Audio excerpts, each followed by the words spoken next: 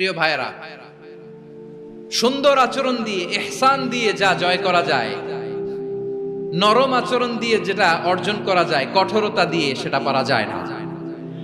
বিষ্ণু ঈসা ইসলাম ইহসান দিয়ে, কোমল আচরণ দিয়ে, তার অনুগ্রহ দিয়ে তিনি অনেক কাফিরের হৃদয়কে জয় করে ফেলেছেন। সাইয়েদনা সুমামা ইবনে উসাল রাদিয়াল্লাহু তাআলা আনহুর কথা মনে পড়ে যায়। তিনি ছিলেন ইয়ামামার বাদশা। মদিনাতে বিশ্বনবীকে হত্যা করার নিয়তে এসেছিলেন। গোপনে গোপনে বিশ্বনবীকে হত্যা করে আবার ইয়ামামাতে তিনি ফিরে যাবেন। কিন্তু কি অবাক করা কাণ্ড, হত্যা করতে পারে নাই, সাহাবাদের হাতে তিনি ধরা পড়ে গেলেন। সাইয়েদনা সুমামা ইবনে উসাল রাদিয়াল্লাহু তাআলা আনহু হত্যার নিয়তে আসলেন, কিন্তু হত্যা করতে পারলেন না। সাহাবারা ওনাকে ধরে ফেললেন, ধরে মসজিদে নববীর পিলারের মধ্যে বেঁধে রাখলেন। বিশ্বনবীকে হত্যার জন্য আসছেন, ধরা পড়ে গেছেন, এখন মসজিদে নববীতে বেঁধে রাখছেন, তার মানে বন্দী। এখন স্ট্যাটাস কি? বন্দী, ক্যাপ্টিভ। বিষ্ণু ঈসা ইসলাম সাহাবাদেরকে বললেন, তার খোঁজ খবর নিও, সুমামা ইবনে উসালের খোঁজ খবর নিও। সাহাবারা বলেন, ইয়া রাসূলুল্লাহ, আপনাকে হত্যা করতে এসেছে, তার তো কঠিন ক্যাপিটাল পানিশমেন্ট হওয়া দরকার, কঠিন শাস্তি হওয়া দরকার। বিশ্বনবী বললেন, না, আমি যেটা জানি তোমরা সেটা জানো না, তোমরা সুমামার সাথে ভালো আচরণ করো। বিশ্বনবী সুমামার কাছে গেলেন। প্রথম দিন যে তিনি কালেমার দাওয়াত দিলেন, ঈমানের দাওয়াত দিলেন, ইসলামের দাওয়াত দিলেন, রিসালাতের দাওয়াত দিলেন, আখিরাতের দাওয়াত দিলেন। পরের দিন যে বিশ্বনবী সালাতের দাওয়াত দিলেন, যাকাতের দাওয়াত দিলেন, ইসলাম কি, কিভাবে, কেমন করে পালন করতে হয় চমৎকার আর্টিকুলেট করতে শুরু করলেন। তন্ময় হয়ে সুমামা ইবনে উসাল রাদিয়াল্লাহু তাআলা আনহু বিশ্বনবীর কথাগুলো শুনতে আরম্ভ করলো। একদিন নয়, দুই দিন নয়, টানা 3 দিন বিশ্বনবী সুমামার কাছে ইসলামকে প্রেজেন্ট করেছেন, উপস্থাপন করেছেন। আওয়াজ করে বলেন, কয় দিন? 3 দিন। 3 দিন মসজিদে নববীতে বাঁধা। আর সাহাবীদেরকে বললেন, তার খোঁজ খবর নিও, তোমরা যে রুটি বানাও এর মধ্যে সবচেয়ে ভালো আটার রুটিটা তারে দিও, সবচেয়ে রিফাইন্ড খেজুর, যেটা পিওর খেজুর, এটা তারে দিও। আর বিশ্বনবী নিজের উট থেকে দুধ দহন করে ওনার বাড়ির এক কর্মচারীকে বলেছেন, দুধ দহন করে সুমামার জন্য নিয়েছে। সুবহানাল্লাহ পড়বেন না? সবাই তো অবাক, ইয়ামামা থেকে আসছে নবীকে হত্যা করতে, বিশ্বনবী দেখে তারে জামাই আদর করে। একদিন নয়, 2 দিন নয়, টানা 3 দিন বিশ্বনবী এভাবে সুমামার কাছে যে ইসলামকে প্রেজেন্ট করতে আরম্ভ করলেন, ইসলামকে উপস্থাপন করতে শুরু করলেন। আর তাকে চমৎকার এন্টারটেইনমেন্ট, আপ্যায়ন দিতে আরম্ভ করলেন। টানা 3 দিন যখন ইসলামের দ্য বিউটিজ অফ ইসলাম, ইসলামের সুমহান বাণী, সৌন্দর্য তার কাছে উপস্থাপন শেষ, তাকে আপ্যায়ন শেষ, বিশ্বনবী বললেন সাহাবাদেরকে, যাও এবার সুমামার হাতের পায়ের রশি দুটো খুলে দাও।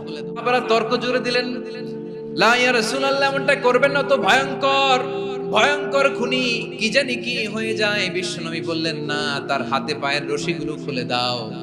সাহাবারা বিশ্বনবীর কথা মতো তার হাতে পায়ের রশিগুলো খুলে দিল। সুমামা মুহূর্তের মধ্যে মসজিদে নববী থেকে বের হয়ে ইয়ামামায় ফিরে না যে মসজিদে নববীর পাশে একটা খেজুর বাগান ছিল, সেখানে চলে গেলেন। সেখানে একটা ছোট্ট কুয়া ছিল, কুয়ার পানি দিয়ে তিনি গোসল করলেন। সুবহানাল্লাহ পড়েন। কুয়ার পানি দিয়ে গোসল করে মসজিদে নববীর সামনে এসে বিশ্বনবী এবং সাহাবাদের সামনে দাঁড়িয়ে সাব্বাবা উঁচু করে বললেন, আশহাদু আল্লা ইলাহা ইল্লাল্লাহ ওয়া আশহাদু আন্না মুহাম্মাদান আবদুহু ওয়া রাসূলুহু। সাক্ষ্য দিচ্ছি আল্লাহ ছাড়া কোনো ইলাহ নাই, আর মুহাম্মদ আল্লাহ তাআলার প্রেরিত বান্দা এবং রাসূল। প্রিয় ভাইয়েরা, ইহসান দিয়ে যা জয় করা যায়, কঠোরতা দিয়ে সেটা কঠিনকালেও জয় করা যায় না। আওয়াজ করে বলেন, ঠিক কি না? এবার সুমামা দাঁড়িয়ে বলে, ওগো নবী, আমি তো কালিমা পড়ে মুসলমান হয়ে গেলাম, এবার শোনেন, এই মুহূর্তের আগে আপনার চেহারার চাইতে নিকৃষ্ট কোনো চেহারা আমার কাছে ছিল না, কিন্তু শাহাদা পাঠ করার পরে আপনার চেহারার চাইতে উত্তম শ্রেষ্ঠ কোনো চেহারা আমার কাছে আর নাই। ও নবী, আজকের দিনের আগে ইসলাম ধর্মের যে নিকৃষ্ট অপছন্দনীয় কোনো ধর্ম আমার কাছে ছিল না, কিন্তু এই মুহূর্ত থেকে ইসলামের যে সেরা শ্রেষ্ঠ পছন্দনীয় কোনো ধর্ম আমার কাছে নাই।